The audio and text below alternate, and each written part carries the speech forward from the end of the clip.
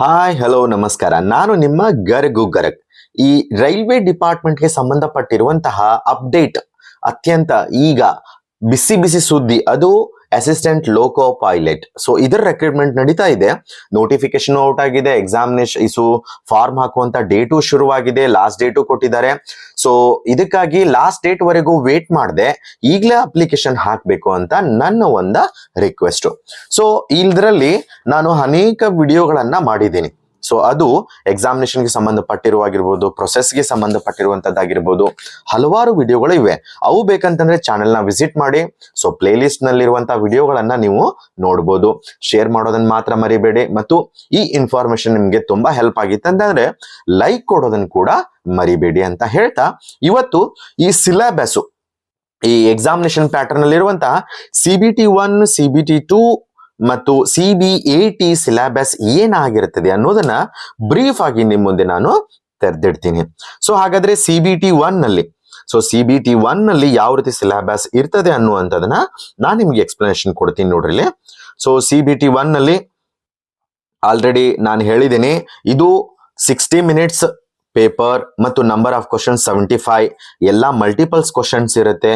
So multiples questions ಇರುತ್ತವೆ. Maximum 75 ಮತ್ತು 1/3 marks each wrong answer. ಅಂದ್ರೆ 1/3 ಮಾರ್ಕ್ಸ್ ಅಂದ್ರೆ ನೀವು ಇಲ್ಲಿ ನೋಡಬಹುದು, 1/3 ಮಾರ್ಕ್ಸ್ ಅನ್ನ ಕಟ್ ಮಾಡ್ತಾರೆ. 3 ತಪ್ಪಾದ್ರೆ 1 ಮಾರ್ಕ್ಸ್ ಕಟ್ ಆಗ್ತದೆ. So normalisation of marks will be done by CBT's help of multiple shift. Minimum ಇಲ್ಲಿ ಹೆಂಗಂತಂದ್ರೆ ಶಿಫ್ಟ್ ವೈಸ್ ಪೇಪರ್ ಇರುತ್ತೆ. ಫಸ್ಟ್ ಶಿಫ್ಟ್, ಸೆಕೆಂಡ್ ಶಿಫ್ಟ್, ಆ ಶಿಫ್ಟ್ ಅವಾಗನ ನಾರ್ಮಲೈಸೇಷನ್ ಮಾಡಿ ಮೆರಿಟ್ ಅನ್ನ ತಯಾರು ಮಾಡ್ತಾರೆ. ನಾರ್ಮಲೈಸೇಷನ್ ಯಾವ ರೀತಿ ಅಂತಂದ್ರೆ, ಈಗ ನೋಡ್ರಿ, ನಂದು ಈ ಸಂಡೇ ಎಕ್ಸಾಮ್ ಇದೆ, ಮುಂದಿನ ಸಂಡೇ ಮತ್ತೊಂದು ಶಿಫ್ಟ್ ಇರುತ್ತೆ. ಸೊ ಎಲ್ರನ್ನೂ ಮಿಕ್ಸ್ ಮಾಡಲ್ಲ. ಇಲ್ಲಿ ಈ ಸಂಡೇ ಆದಂತಹ ಡಿಫಿಕಲ್ಟಿ ಲೆವೆಲ್ ಯಾವ ರೀತಿ ಇರುತ್ತೆ ಅದಕ್ಕನುಗುಣವಾಗಿಯೇ ಈ ವಿದ್ಯಾರ್ಥಿಗಳನ್ನ ನೆಕ್ಸ್ಟ್ CBT2ಗೆ ಎಲಿಜಿಬಲ್ ಮಾಡ್ತಾರೆ. ಸೊ ಇದು CBTಗೆ ಸಂಬಂಧಪಟ್ಟಿರುವಂತದ್ದು. ಇದರಲ್ಲಿ ಎಷ್ಟೆಷ್ಟು ಪರ್ಸೆಂಟೇಜ್ ಅಂದ್ರೆ, ಅನ್ರಿಸರ್ವ್ಡ್ ಕ್ಯಾಟಗರಿ ಅಂದ್ರೆ EWS ಕ್ಯಾಟಗರಿಗೆ 40%, OBC 30%, SC 30%, SC 25%, ಈ ರೀತಿ ಸೊ ಅಭ್ಯರ್ಥಿಗಳನ್ನ CBT2ಗೆ ಎಲಿಜಿಬಲ್ ಮಾಡ್ತಾರೆ. ನೆಕ್ಸ್ಟ್ ಇದರಲ್ಲಿ ಸಿಲೆಬಸ್ ಏನೇನಿರುತ್ತೆ ಅಂತ ಇಲ್ಲಿ ನೋಡ್ಬೋದು ನೀವು. ಮ್ಯಾಥಮೆಟಿಕ್ಸ್ ಇರುತ್ತೆ, ಮೆಂಟಲ್ ಎಬಿಲಿಟಿ ಇರುತ್ತೆ, ಜನರಲ್ ಸೈನ್ಸ್ ಮತ್ತು ಜನರಲ್ ಅವೇರ್ನೆಸ್. ನೀವು ಈ ಮೆಂಟಲ್ ಎಬಿಲಿಟಿ ಮ್ಯಾಥ್ಸ್ಗೆ ಬಹಳ ಇಂಪಾರ್ಟೆಂಟ್ ಕೊಡ್ಬೇಕು, ನೆನಪಿರ್ಲಿ. ಈ ಮ್ಯಾಥಮೆಟಿಕ್ಸ್ ಮತ್ತು ಮೆಂಟಲ್ ಎಬಿಲಿಟಿಗೆ ತುಂಬಾ ಇಂಪಾರ್ಟೆನ್ಸ್ ಕೊಡಬೇಕು. ಯಾಕಂತಂದ್ರೆ ಈ ಮೆಂಟಲ್ ಎಬಿಲಿಟಿ ಲಿಟಲ್ ಬಿಟ್ ಮ್ಯಾಥ್ಸ್ಗೆ ರಿಲೇಟೆಡ್ ಇರುವುದರಿಂದ ಇವುಗಳನ್ನ ನೀವು ತುಂಬಾ ಸೀರಿಯಸ್ ಆಗಿ ಸ್ಟಡಿ ಮಾಡಬೇಕು. Next general science. Basic science ಇರುತ್ತೆ. ಸೈನ್ಸ್ ಅಂದ್ರೆ ತುಂಬಾ ಹೆದರೋ ಅವಶ್ಯಕತೆ ಇಲ್ಲ. ಅಪ್ ಟು 10th ವರೆಗೂ ಪರ್ಫೆಕ್ಟ್ ಆಗಿ day to day life basic science ಅನ್ನ ಸ್ಟಡಿ ಮಾಡಿದ್ರೆ ತುಂಬಾ ಹೆಲ್ಪ್ಫುಲ್ ಆಗುತ್ತೆ. ನೆಕ್ಸ್ಟ್ ಜನರಲ್ ಅವೇರ್ನೆಸ್ ಅಂದ್ರೆ ರೀಸೆಂಟ್ ಇರುವಂತದನ್ನ ಓದ್ಕೊಡ್ರಿ. ರೀಸೆಂಟ್ ಮತ್ತೆ ಹಾಟ್ ಇಂಪಾರ್ಟೆಂಟ್ ಒಂದು ಮೈಲಿಗಲ್ ಅಂತ ಏನ್ ಕರಿತೀವಿ, ಹಿಸ್ಟ್ರಿಯಲ್ಲಿ ಮೈಲಿಗಲ್ ಇರ್ತಾವಲ್ಲ. ಸೊ ಆ ರೀತಿ 1935 ರಿಸರ್ವ್ ಬ್ಯಾಂಕ್ ಆಗಿರ್ಬೋದು, ಈ ರೀತಿ ಹಲವಾರು ವಿಷಯಗಳನ್ನ, ಮೈಲಿಗಲ್ಗಳನ್ನ ಏನಂತ ಕರಿತೀವಿ, ಅವುಗಳನ್ನ ನೀವು ನೆನಪಿಟ್ಕೊಂಡ್ರೆ ಸಾಕು. ಇದು CBT1. ಆಮೇಲೆ ಇನ್ನೊಂದು ನೆನಪಿರ್ಲಿ, CBT1 ಇಂಗ್ಲಿಷ್ ನಲ್ಲಿ ಡಿಫಾಲ್ಟ್ ಆಗಿರ್ತದ. ಆಮೇಲೆ ಇನ್ನು ಉಳಿದಂತ ಕನ್ನಡ ಲ್ಯಾಂಗ್ವೇಜ್ ನ ನೀವು ಸೆಲೆಕ್ಟ್ ಮಾಡ್ಕೋಬೇಕು. ಕನ್ನಡ ಆರ್ ಹಿಂದಿ, ಯಾವ್ದಾದ್ರು, ಉರ್ದು, ಯಾವ್ದು ಬೇಕಾದ ಲ್ಯಾಂಗ್ವೇಜ್ ಅನ್ನ, Tamil, Telugu, so 13 regional languages ಏನಿದಾವಲ್ಲ ಅದರಲ್ಲಿ ಯಾವುದನ್ನ ಬೇಕಾದ್ರೂ ಸೆಲೆಕ್ಟ್ ಮಾಡ್ಕೋಬಹುದು. ಇಂಗ್ಲಿಷ್ ಡಿಫಾಲ್ಟ್ ಆಗಿ ಇರ್ತದ. ಇದು CBT1 ಎಲಿಜಿಬಲ್ ಅಂಕಗಳು ಮಾತ್ರ CBT2 ಹೋಗ್ಲಿಕ್ಕೆ. ನೆಕ್ಸ್ಟ್ CBT2ಗೆ ಬರೋಣ. CBT2 ನಲ್ಲಿ ಪಾರ್ಟ್ ಎ, ಪಾರ್ಟ್ ಬಿ ಅಂತ ಇರುತ್ತೆ. CBT2 ನಲ್ಲಿ ಪಾರ್ಟ್ ಎ ಮತ್ತು ಪಾರ್ಟ್ ಬಿ. ಪಾರ್ಟ್ ಎ ನಲ್ಲಿ 90 minutes time 100 questions. Part B ನಲ್ಲಿ 60 ಮಿನಿಟ್ ಟೈಮು 75 ಕ್ವಶನ್ಸ್. ಮತ್ತು ಪಾರ್ಟ್ ಎ ಬಹಳ ಇಂಪಾರ್ಟೆಂಟ್. ಪಾರ್ಟ್ ಎ ಮಾರ್ಕ್ಸ್ ಗಳನ್ನ ನಿಮ್ಮ ಅಪಾಯಿಂಟ್ಮೆಂಟ್ ಮಾರ್ಕ್ಸ್ ಆಗಿ ಕನ್ಸಿಡರ್ ಮಾಡ್ತಾರೆ. ಮೆರಿಟ್ ತಯಾರು ಮಾಡ್ಲಿಕ್ಕೆ ಪಾರ್ಟ್ ಎ ಮಾರ್ಕ್ಸೇ important. Part B just qualifying marks. Part B ನಲ್ಲಿ ನೀವು 35% ತೆಗೆದುಕೊಳ್ಳೇಬೇಕು. ಅಂದ್ರೆ 27 ಮಾರ್ಕ್ಸ್ ಬೀಳ್ಬೇಕು. 27 ಮಾರ್ಕ್ಸ್ ಬಿದ್ರೆ ಪಾರ್ಟ್ ಬಿ ಎಲಿಜಿಬಲ್ ಆದ್ರೆ ಪಾರ್ಟ್ ಎ ಮಾರ್ಕ್ಸ್ ಅನ್ನ ಕನ್ಸಿಡರ್ ಮಾಡಿ ನೀವು ನೆಕ್ಸ್ಟ್ ಸ್ಟೇಜ್ ಅಂದ್ರೆ CBAT ಸ್ಟೇಜ್ಗೆ ಎಲಿಜಿಬಲ್ ಆಗ್ತೀರಾ. ಇಲ್ಲಿಯೂ ಕೂಡ ನೆಗೆಟಿವ್ ಮಾರ್ಕ್ಸ್ ಇದೆ, 1/3 ನೆಗೆಟಿವ್ ಮಾರ್ಕ್ಸ್ ಇದೆ. ಮತ್ತು ಕ್ವಶನ್ ಪೇಪರು ಇಂಗ್ಲಿಷ್ ನಲ್ಲಿ ಇರುತ್ತೆ ಮತ್ತು ನೀವು ಕನ್ನಡವನ್ನ ಸೆಲೆಕ್ಟ್ ಮಾಡ್ಕೊಳ್ಬಹುದು. ಹಾಗಾದ್ರೆ ಇಲ್ಲಿ ಯಾವ ರೀತಿ ಅಂದ್ರೆ, ಪಾರ್ಟ್ ಎ ನಲ್ಲಿ ಮಿನಿಮಮ್ ಪಾಸಿಂಗ್ ಪರ್ಸೆಂಟೇಜ್ ನೀವು ತೆಗೆದುಕೊಳ್ಳಬೇಕು. ಪಾರ್ಟ್ ಬಿ ನಲ್ಲಿ ಸೊ ಎಲಿಜಿಬಲ್ ಆಗ್ಲಿಕ್ಕೆ ಯಾವ ರೀತಿ ಇರ್ತದ ಅನ್ನೋಂತ ನೋಡ್ರಿ. ಈಗ ನೀವು ಪಾರ್ಟ್ ಬಿ ತಗೊಂಡು ಎಲಿಜಿಬಲ್ ಆದ್ರಿ, ಹಾಗಾದ್ರೆ ಪಾರ್ಟ್ ಇ ನಲ್ಲಿ ನಿಮ್ಮ ಮಾರ್ಕ್ಸ್ ಅನ್ನ ಎಷ್ಟೆಷ್ಟು ಎಲ್ಲರೂ ಎಲಿಜಿಬಲ್ ಆಗ್ತಾರ? ನೋ. ಅಲ್ಲಿ ಹೆಂಗಂತಂದ್ರೆ 40%, ಒಂದು 100 ಜನ ಕ್ವಾಲಿಫೈ ಆದ್ರೆ 40% ಅನ್ರಿಸರ್ವ್ಡ್ ಕ್ಯಾಟಗರಿಯಿಂದ ತಗೊಳ್ತಾರೆ. ಓಕೆ, 40% ಮಾತ್ರ. ಅಂದ್ರೆ 40% ಅಂದ್ರೆ ಎಲ್ರೂ ಅಲ್ಲ. ಸೊ ಪರ್ಸೆಂಟೇಜ್ ನೀವು ಹೈಯೆಸ್ಟ್ ದಿಂದ 40% ತಗೋತಾರೆ. OBC 30%, SC 30%, ST 25%. ಸೊ ಈ ರೀತಿ ಪರ್ಸೆಂಟೇಜ್ ಅನ್ನ ಅಲ್ಲಿ ನಿಮ್ಗೆ ಡಿವೈಡ್ ಮಾಡ್ತಾರೆ. ಸೊ 40, 70 ಆಯ್ತು. ಸೊ ಅದರಲ್ಲಿ ಟೋಟಲ್ ನಲ್ಲಿ ಇರುವಂತದ್ದು. ಹಾಗಾದ್ರೆ ಪಾರ್ಟ್ ಇ ನ ಸಿಲೆಬಸ್ ಏನಾಗಿರುತ್ತದೆ? Part A. ಸೊ ಇಲ್ಲಿ ಕೂಡ ಪಾರ್ಟ್ ಎ ಸಿಲೆಬಸ್ ನೋಡ್ರಿ, ಅಗೇನ್ ಮ್ಯಾಥಮೆಟಿಕ್ಸ್ ಇದೆ, ಜನರಲ್ ಇಂಟೆಲಿಜೆನ್ಸ್ ಇದೆ, ರೀಸನಿಂಗ್ ಇದೆ, ಬೇಸಿಕ್ ಸೈನ್ಸ್ ಇದೆ, engineering science. So engineering science ಅಂದ್ರೆ ನೀವು ITI ನಲ್ಲಿ ಏನ್ ಕಲ್ತಿರ್ತೀರಿ ಅದಕ್ಕೆ ಬ್ರೀಫ್ ಆಗಿ ಸ್ವಲ್ಪ ಲೈಟ್ ಆಗಿ ಇಲ್ಲಿ ನಮ್ಮನ್ನ ಕೇಳ್ತಾರೆ. ಪಾರ್ಟ್ ಎ ನಲ್ಲಿ ಮ್ಯಾಥಮೆಟಿಕ್ಸ್ ನೆನಪಿರ್ಲಿ, ಮ್ಯಾಥಮೆಟಿಕ್ಸ್ ಇದೆ, ಮತ್ತು ಜನರಲ್ ಇಂಟೆಲಿಜೆನ್ಸ್, ರೀಸನಿಂಗ್ ಮತ್ತೆ ಮೆಂಟಲ್ ಎಬಿಲಿಟಿ. ನೋಡ್ರಿ, ನೀವು ಮೆಂಟಲ್ ಎಬಿಲಿಟಿ ಒಂದ್ಸಲ ಪರ್ಫೆಕ್ಟ್ ಆದ್ರೆ ಮ್ಯಾಥ್ಸ್ ಮತ್ತು ಮೆಂಟಲ್ ಎಬಿಲಿಟಿ ಪರ್ಫೆಕ್ಟ್ ಆದ್ರೆ CBT 1 ಗೆ ಹೆಲ್ಪ್ ಆಗುತ್ತೆ, CBT 2 ಗೆ ಹೆಲ್ಪ್ ಆಗುತ್ತೆ.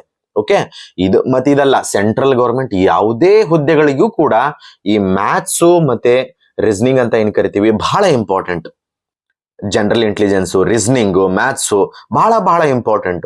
ಅದಕ್ಕಾಗಿ ಒಂದ್ಸಲ ಪರ್ಫೆಕ್ಟ್ ಆಗ್ಬಿಟ್ರೆ, ನೀವು ನೋಡ್ರಿ ಎಕ್ಸಾಂಪಲ್ ಕೊಡ್ತೀನಿ. ಪರ್ಸೆಂಟೇಜ್ ಒಂದಲ್ಲೇ ಕಾನ್ಸೆಪ್ಟ್ ಬಂತ ಅಂತ ಇಟ್ಕೊಡ್ರಿ.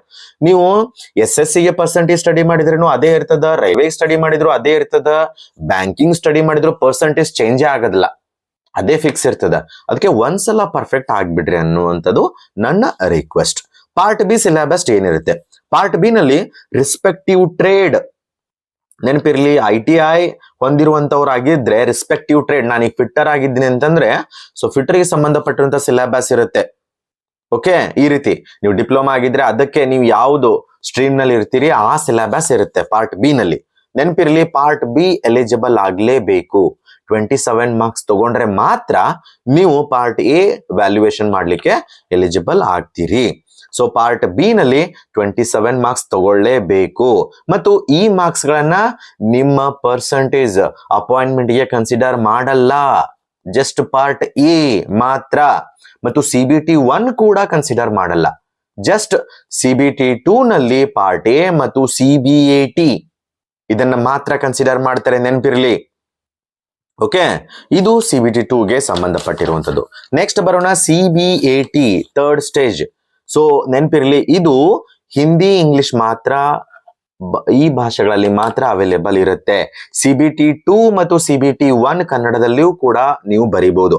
CBAT only Hindi and English. So ಇಲ್ಲಿ ನೋಡ್ರಿ, equal to 8 times of the number of ALP. ಇಲ್ಲಿ ಕ್ಯಾಂಡಿಡೇಟ್ಸ್ ನ ಹೆಂಗ್ ಸೆಲೆಕ್ಟ್ ಮಾಡ್ತಾರೆ ಅಂತಂದ್ರೆ, CBAT ನಲ್ಲಿ ಎಲಿಜಿಬಲ್, CBT 2 ನಲ್ಲಿ ಎಲಿಜಿಬಲ್ ಅಂತ ಕ್ಯಾಂಡಿಡೇಟ್ ಅನ್ನ ಇಲ್ಲಿ ಎಕ್ಸಾಮ್ ಬರೆದ ಕೂಡಲೇ ಒಂದು ಹುದ್ದೆಗಳಿಗೆ 8 ಅಭ್ಯರ್ಥಿಗಳ ರೀತಿ ಮುಂದಿನ ಹಂತಕ್ಕೆ ಸೆಲೆಕ್ಷನ್ ಮಾಡ್ತಾರೆ. ಸೊ ಕ್ವಾಲಿಫೈಯಿಂಗ್ ಮಾರ್ಕ್ಸು ಇಲ್ಲಿ ಇರಬೇಕು. ಕ್ವಾಲಿಫೈಯಿಂಗ್ ಮಾರ್ಕ್ಸ್ ಎಷ್ಟಂತಂದ್ರೆ 42 in each test battery separately. ಇಲ್ಲಿ ಸಪರೇಟ್ ಆಗಿ ಒಂದೊಂದು ಸೆಕ್ಷನ್ ಇರುತ್ತೆ. ಔಟ್ ಆಫ್ ಇಲ್ಲಿ ಪರ್ಟಿಕ್ಯುಲರ್ ಆಗಿ ಡೀಟೇಲ್ಸ್ ಕೊಟ್ಟಿಲ್ಲ ಅವರು ಕೊಟ್ಟಿರೋ ಮಾಹಿತಿ ಪ್ರಕಾರ ಏನ್ ಟೆಸ್ಟ್ ಬುಕ್ಲೆಟ್ ಅನ್ನುವಂತ ಸೀರೀಸ್ ಪಾರ್ಟ್ ಇರ್ತವೆ. ಈಚ್ ಬುಕ್ಲೆಟ್ ನಲ್ಲಿ, ಈಚ್ ಟೆಸ್ಟ್ ಬ್ಯಾಟ್ರಿನಲ್ಲಿ 42 ಅಂಕಗಳನ್ನ ತೆಗೆದುಕೊಳ್ಳೇಬೇಕು. ಈಸಿ ಇರ್ತದೆ ಇಲ್ಲಿ. CBAT ಟಫ್ ಇರಲ್ಲ, ಈಸಿ ಕ್ವಶನ್ ಇರುತ್ತೆ, ಈಸಿ ಇರ್ತದೆ, ಅದ್ ನೆನಪಿರ್ಲಿ. ಸೊ ಮೆರಿಟ್ ಲಿಸ್ಟ್ ಯಾವ ರೀತಿ ತಯಾರು ಮಾಡ್ತಾರೆ ಅಂತಂದ್ರೆ, CBAT ನ 70% ಮಾರ್ಕ್ಸ್ ಗಳನ್ನ ತಗೋತಾರೆ. ಈಗ CBAT ನಲ್ಲಿ ನೀವು 100 ತಗೊಂಡ್ರೆ ಇದರದ 70% ಅಂದ್ರೆ 70 ಮಾರ್ಕ್ಸ್ ಗಳನ್ನ ತಗೋತಾರೆ. ಇನ್ 30% ಎಲ್ಲಿದಂತಂದ್ರೆ, ಎಲ್ಲಿದೆ ಹೇಳ್ರಿ? CBT 2 ನಲ್ಲಿ ಪಾರ್ಟ್ ಎ ಮಾರ್ಕ್ಸ್ ಅದು 30% ಇರುತ್ತೆ. ಸೊ CBAT 70%, CBT 2 ನ ಪಾರ್ಟ್ ಎ 30%, ಇದಿಷ್ಟಿರುತ್ತೆ. ಆಮೇಲೆ ಇನ್ನೊಂದು ನೆನಪಿರ್ಲಿ, ಮೀಡಿಯಂ ಆಫ್ ಎಕ್ಸಾಮಿನೇಷನ್ ಯಾವುದು? ಹಿಂದಿ ಮತ್ತು ಇಂಗ್ಲಿಷ್ ಮಾತ್ರ. ಸೊ ಇದಕ್ಕೆ ನೀವು ಯಾವ ರೀತಿ ಕ್ವಶನ್ಸ್ ಇರ್ತಾವೆ ಈ CBAT ನಲ್ಲಿ? ಫಿಸಿಕಲ್, ಸೈಕಾಲಜಿಕಲ್ ಬೇಸ್ಡ್ ಕ್ವಶನ್ಸ್ ಇರ್ತಾವೆ ಇಲ್ಲಿ. ಅವು rdzo.indianrailways.gov.in ನಲ್ಲಿ ಅವೈಲೇಬಲ್ ಇರ್ತವೆ. So pattern, so model questions paper ಅಲ್ಲಿದೆ.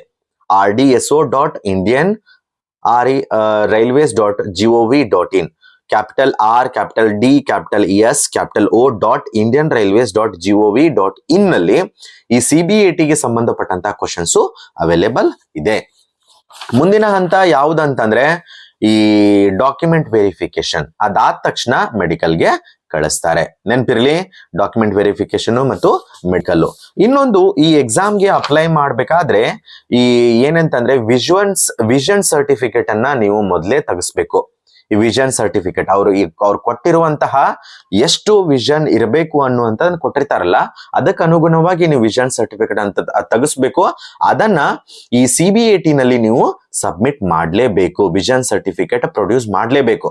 CBT 1 ನಲ್ಲೂ ಕೇಳಲ್ಲ ಅವರು, CBT 2 ನಲ್ಲೂ ಕೇಳಲ್ಲ, CBAT ನಲ್ಲಿ ಈ ವಿಷನ್ ಸರ್ಟಿಫಿಕೇಟ್ ಅನ್ನ ಕೇಳ್ತಾರೆ. ಸೊ ಅದಕ್ಕಾಗಿ ಈ ಮೊದಲೇ ವಿಷನ್ ಸರ್ಟಿಫಿಕೇಟ್ ಅನ್ನ ತೆಗೆಸ್ಕೊಂಡು ರೆಡಿ ಇಟ್ಕೊಳ್ಬೇಕು. ಅವ್ರು ಕೊಟ್ಟಿರುವಂತಹ ಅಂಶಗಳಿಗೆ ಅನುಗುಣವಾಗಿ ನಿಮ್ದು ವಿಷನ್ ಹೊಂದಿದ್ರೆ ನೀವು ಎಲಿಜಿಬಲ್ ಆಗ್ತೀರಿ.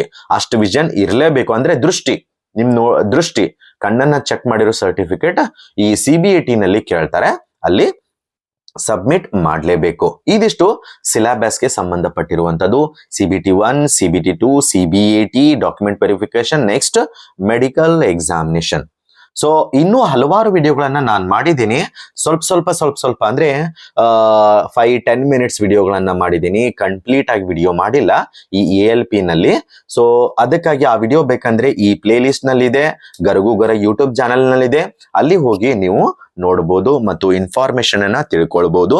ಸೊ ಮತ್ತೆ ಅದಕ್ಕೆ ಫಾರ್ಮ್ ಅಪ್ಲೈ ಮಾಡ್ಲಿಕ್ಕೆ ವೇಟ್ ಮಾಡ್ತಿದ್ರಿ, ಸೊ ದಯವಿಟ್ಟು ಅಪ್ಲೈ ಮಾಡಿ. ಇನ್ನೊಂದು, ಈ ಕರ್ನಾಟಕ ಅಭ್ಯರ್ಥಿಗಳಿಗೆ ಒಂದು ರಿಕ್ವೆಸ್ಟ್ ಏನಂತಂದ್ರೆ, ನಾವು ಈ ಕುದುರೆಗೆ ಇದನ್ನ ಹಾಕಿರ್ತಾಳಲ್ಲ ಕಣ್ಣಿಗೆ, ಎತ್ತು ಬೇರೆ ಕಡೆ ದೃಷ್ಟಿ ಹೋಗ್ಬಾರ್ದಂತ, ನಾವು ಅದೇ ರೀತಿ ದೃಷ್ಟಿ ಇಟ್ಕೊಂಡ ಬರೀ ಸ್ಟೇಟ್ ಗೌರ್ಮೆಂಟ್ ಜಾಬ್ಗೆ ಟ್ರೈ ಮಾಡ್ತೀವಿ. ಈ ಸೆಂಟ್ರಲ್ ಗೌರ್ಮೆಂಟ್ ಜಾಬ್ಗೆ ಟ್ರೈಯೇ ಮಾಡಲ್ಲ ಸೊ ಇಲ್ಲಿ ನಾನ್ ನೋಡಿರೋ ಪ್ರಕಾರ ಈ ಸೆಂಟ್ರಲ್ ಗೌರ್ಮೆಂಟ್ ನಲ್ಲಿ ಈ ಕರ್ನಾಟಕದಿಂದ 10-20% ಅಷ್ಟೇ ಟ್ರೈ ಮಾಡ್ತಿರೋದು. ಟ್ರೈಯೇ ಮಾಡಲ್ಲ ಇವರು. ಅಯ್ಯೋ ಸೆಂಟ್ರಲ್ ಗೌರ್ಮೆಂಟ್ ಅಪ್ಪ ಯಾವ ರೀತಿ ಅಂತ ಹೇಳಿ ಟ್ರೈಯೇ ಮಾಡ್ಲಿಕ್ಕೆ ಹೋಗಲ್ಲ. ಟ್ರೈ ಮಾಡಿದ್ರೆ ತಾನೇ ಗೊತ್ತಾಗೋದು. ಇಂಟೆಲಿಜೆಂಟ್ ಇದ್ದಾರೆ, ವೆರಿ ಇಂಟೆಲಿಜೆಂಟ್. ನಮ್ KPSC ಕ್ವಶನ್ ಪೇಪರ್ ತುಂಬಾ ಟಫ್ ಇರುತ್ತೆ, ಅದನ್ನೇ ಕ್ರ್ಯಾಕ್ ಮಾಡುವಷ್ಟು ಇಂಟೆಲಿಜೆಂಟ್ ಇದ್ದಾರೆ ಅಂತಂದ್ರೆ ಈ ರೈಲ್ವೆ ಎಕ್ಸಾಮ್ ಏನ್ ಅಷ್ಟು ಟಫ್ ಇರಲ್ಲ. ಇಲ್ಲಿ ಟೈಮ್ ಮ್ಯಾನೇಜ್ಮೆಂಟ್ ಅಂತ ತಿಳ್ಕೊಂಡಿದ್ರೆ ಸಾಕು. ಸೊ ಅದಕ್ಕಾಗಿ ರಿಕ್ವೆಸ್ಟ್ ಮಾಡ್ಕೋತೀನಿ, ಕರ್ನಾಟಕದ ಅಭ್ಯರ್ಥಿಗಳು ಹೆಚ್ಚೆಚ್ಚಾಗಿ ಈ ನಮ್ಮ SWR ಸೌತ್ ವೆಸ್ಟರ್ನ್ ರೈಲ್ವೆ ನಲ್ಲಿರುವಂತಹ ಹುದ್ದೆಗಳನ್ನ ಹೆಚ್ಚೆಚ್ಚಾಗಿ ನೀವು ಕರ್ನಾಟಕ ಅಭ್ಯರ್ಥಿಗಳು ತೆಗೆದುಕೊಳ್ಬೇಕನ್ನುವಂಥದ್ದು ನನ್ನ ರಿಕ್ವೆಸ್ಟ್. ಓಕೆ, ಬೇರೆ ರಾಜ್ಯದವ್ರು ಬಂದು ಈ ಕರ್ನಾಟಕದಲ್ಲಿ ಏನಿರುವಂತ ಈ SWR ಸೌತ್ ವೆಸ್ಟರ್ನ್ ರೈಲ್ವೆ ಈ ನಮ್ಮ ಹುಬ್ಳಿಲೇ ಇರುವಂತಹ ಈ ಹೆಡ್ ಆಫೀಸ್ ನಲ್ಲಿರುವಂತಹ ಎಲ್ಲ ಬೇರೆ ರಾಜ್ಯದ ಅಭ್ಯರ್ಥಿಗಳನ್ನೇ ಇದ್ದಾರೆ. ನೀವು ಒಂದ್ಸಲ ವಿಸಿಟ್ ಮಾಡಿ ನೋಡ್ರಿ, ಅಲ್ಲಿ ನಮ್ಮ ಕರ್ನಾಟಕದ ಅಭ್ಯರ್ಥಿಗಳಿಗಿಂತ ಈ ಜಾಬ್ ಹೋಲ್ಡರ್ಸ್ಗಿಂತ ಬೇರೆ ರಾಜ್ಯದ ಅಭ್ಯರ್ಥಿಗಳೇ ಸಿಕ್ಕಾಪಟ್ಟಿ ಜನ ಇದ್ದಾರೆ. ನಾವು ಬರೇ ಈ KPSC ಪೊಲೀಸು SDA FDA ಇವಕ್ಕಂತಾನೆ ನಾವು ಕೂತ್ ಬಿಟ್ಟಿರ್ತೀವಿ. ಸೊ ಅದನ್ನ ಬಿಟ್ಟು ಈ ಕಡೆನೇ ನೋಡ್ರಿ, ಪೇಮೆಂಟ್ ಇಲ್ಲಿಯೂ ತುಂಬಾ ಚೆನ್ನಾಗಿದೆ ಸೆಂಟ್ರಲ್ ಗೌರ್ಮೆಂಟ್. ಓಕೆ, ದಯವಿಟ್ಟು ಇದು ರಿಕ್ವೆಸ್ಟ್. ನಿಮ್ಮ ಊರಲ್ಲಿ, ನಿಮ್ ಗ್ರಾಮದಲ್ಲಿ, ನಿಮ್ ಪಟ್ಟಣದಲ್ಲಿ ಯಾರ್ಯಾರು ಇರ್ತಾರೆ ಅವ್ರಿಗೆ ಸೆಂಟ್ರಲ್ ಗೌರ್ಮೆಂಟ್ ಜಾಬ್ ಹುದ್ದೆಗಳ ಬಗ್ಗೆ ತಿಳಿಸಿ ನಮಗಾಗಿರುವಂತ ಹುದ್ದೆಗಳನ್ನ ನಾವು ಪಡೆದುಕೊಳ್ಳೋಣ ಅಂತ ಹೇಳ್ತಾ ಮತ್ತೊಂದು ವಿಡಿಯೋ ಒಂದಿಗೆ ನಿಮ್ಮ ಮುಂದೆ ಹಾಜರಿರ್ತೀನಿ. ಅಂಟಿಲ್ ದೆನ್ ಟೇಕ್ ಕೇರ್, ಬಾಯ್.